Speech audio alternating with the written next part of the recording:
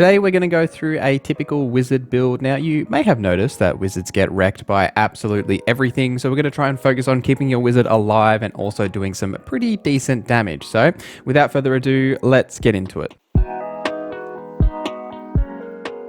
Before we get started, this video is sponsored by you. Thank you for watching this video. I really appreciate it. In the early access, there isn't a lot of variation in how you can build out your wizard. There is only two of the schools available, being Evocation and Abjuration, and really out of the two, there is only one really good choice. So there isn't a lot of variation in the way you can build a wizard, but the key difference with wizards is you have a ton of spells that you can play around with. So there is some variation in how you can build your wizard, just not in the class itself, if that makes sense.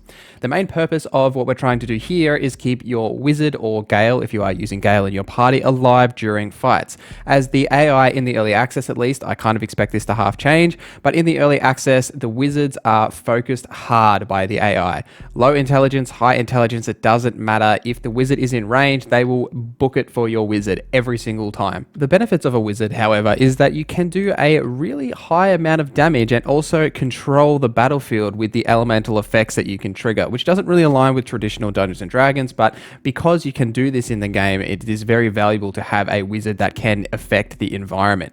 What you can do is cast something like Firebolt onto oil or grease, make nice explosions. You can cast Ray of Frost onto blood and water, make it a nice frozen surface for things to trip on, which, you know, be careful with your own party as you will fall on it yourself. These are the main benefits of having a wizard in your party, is that elemental control of the battlefield. Wizards can also learn literally any spell. If you have a scroll on you, you can actually learn that with your wizard. You just need to right click and learn it. It'll cost you a little bit of gold, but you can learn any spell via this method. You could learn all of the cleric spells, whatever it may be. This is a really valuable thing that you can do for your wizard. So let's get into building out a character. For race, there isn't really a best option here, as none of the early access races grant +2 to intelligence. So really, the only really thing you're looking for here is a +1 to intelligence, which there is a fair few choices, being the high elf, half elves, the tieflings as well. I would suggest to go for something that has dark vision, being the half elves or elves, because you're going to be traveling around in a lot of dark areas and you will often be at range as a wizard. So having that dark vision to help alleviate some of that hit chance is very important. You also get access to an extra cantrip, which you can add friends, for example, which gives you advantage on charisma checks, which is pretty valuable, as the most common checks that you will see throughout the early access are charisma checks. Perception and deception, those kind of things are everywhere in the dialogue options. You could also go something like the tiefling sub races, which have the +1 intelligence, and you get the hellish resistance to fire, which is valuable if you're going to be setting the world on fire. You could also go Gith Yankee for the armor proficiency if you want to wear armor, but mind you, if you are wearing armor, you can't use the mage armor spell, which we'll get into. And then there's also the other caveat, is that there is an item in the game that you can get which just naturally sets your intelligence to 18. So regardless of the attributes and the race you choose, you can just get your intelligence to 18 just by default, just by wearing this item. We'll talk about that a little bit further when we get into equipment, but it's worth noting that you could really just make any race you like fit with the wizards. It's really up to however you want to build it. For a background, however, I would be choosing backgrounds that fit with the intelligence-based skills, because we do obviously going to have a high intelligence, so things like Arcana, History, Investigation, Nature, or Religion. It's exactly the same for skills here. These are the ones you want to focus on, but we will also have a high Dexterity, being that we want to have a high Armor class as well as a high Initiative. So anything that really fits with that Intelligence or Dexterity-based skills are really the options we would like to go for here. The spells that you'll get access to as a wizard and what you choose to use is a little bit of personal preference, because there is so much choice here, and I do recommend to play around with the spells and see what really fits for you, but I'll give you some good options to start with here. So for cantrips, Firebolt for the fire explosions and a little bit of decent fire damage is a must-have in my opinion. Same as Ray of Frost, which is a really powerful spell which will freeze any blood or water on the ground, but every time you use it on an enemy, it will also make them pass a saving throw for if they fall over in the ice. This is super valuable for the D8 damage it does, plus the saving throw they have to pass for just a free prone on the enemy, and a prone enemy means that your other attacks get advantage on it. So it's just a valuable ability to use regularly regularly throughout combat. The mage hand is also valuable if you want to interact with the environment without having to put your party in harm's way, such as avoiding traps or any other things that you can cleverly decide with the mage hand. For spells, a couple of interesting ones that you should look at is False Life to give your character some extra hit points between long rests, which is really important because you are going to take a lot of damage. Similarly with Mage Armor to give your character extra 3 points into their armor class, more hit points, more armor class, less damage taken overall, very valuable.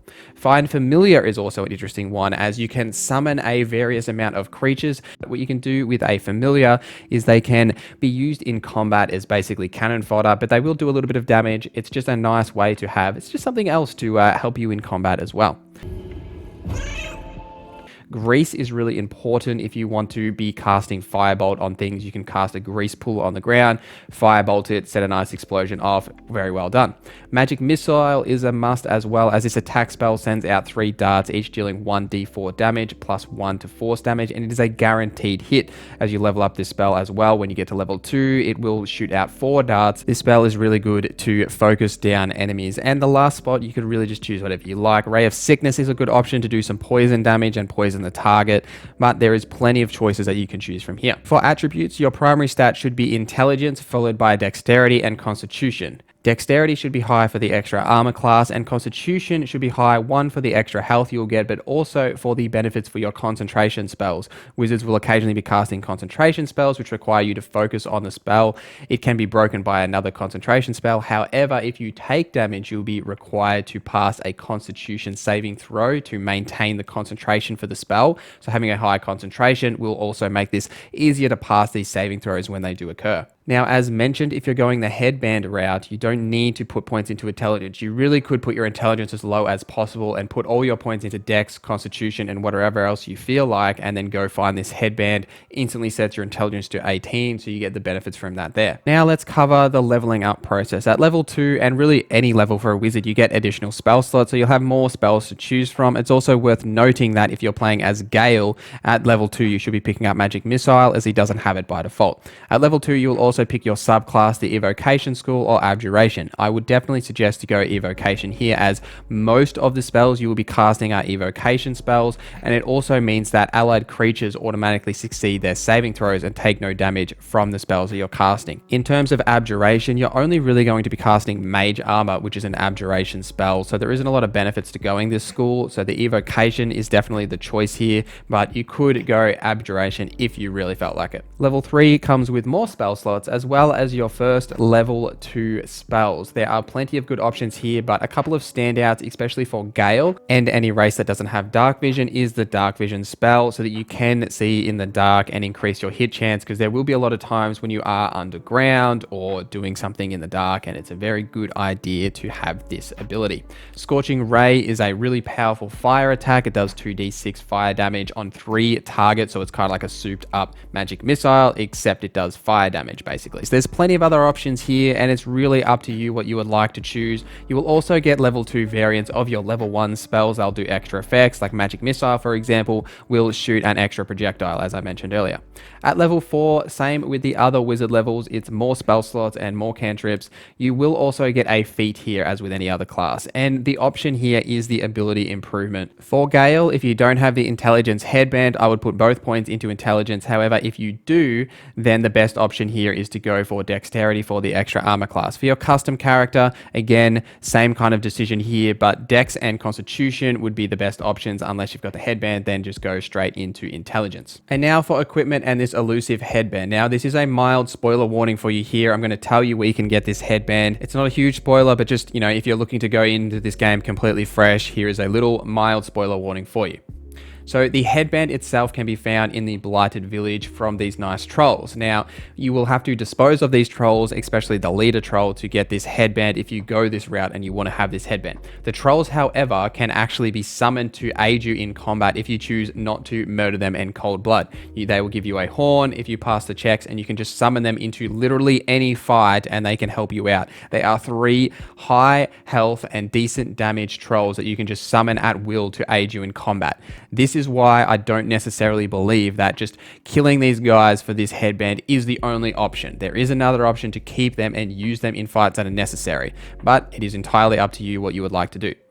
The next item you should be looking for is in the Underdark. There is a necklace which will buff your magic missiles substantially. However, you won't get this until you're a fair way throughout the game. So, I wouldn't be booking it to go head to the Underdark too early, as there is a lot of high health enemies down there. But if you go into the Underdark and talk to this vendor, you can get this necklace which will buff your magic missiles very substantially.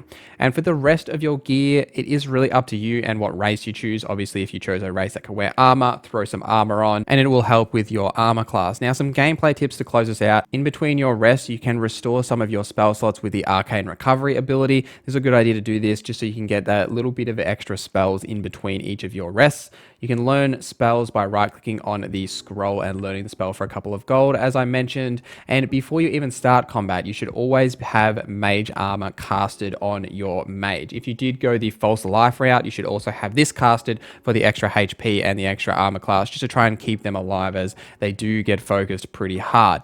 You should always be trying to stay at max distance away from the enemy to try and stop them from just charging at you, which, I mean, honestly, it still happens anyway, but you should try and keep them as far away as possible, and also on high ground if there is high ground, so that other enemies get disadvantage on them and they get advantage on enemies on the low ground. If you did go the Find Familiar route, you should always have a pet out that can help you in combat. You could also use them as protection for your wizard, or just throw them deep in the fight and get some damage in there. And that is our wizard build for today, guys. Let me know in the comments below how you've built your wizard. There is a lot of variation and kind of cheesy little things you can do here with giving them armor class as well as that headband. So it's a lot of fun that you can have with a wizard for sure. Please follow me on Twitter, Instagram, and on Twitch, where I stream 3 days a week, Tuesday, Thursday, and Sunday, Australian night times. Hope to see you guys there in the next stream.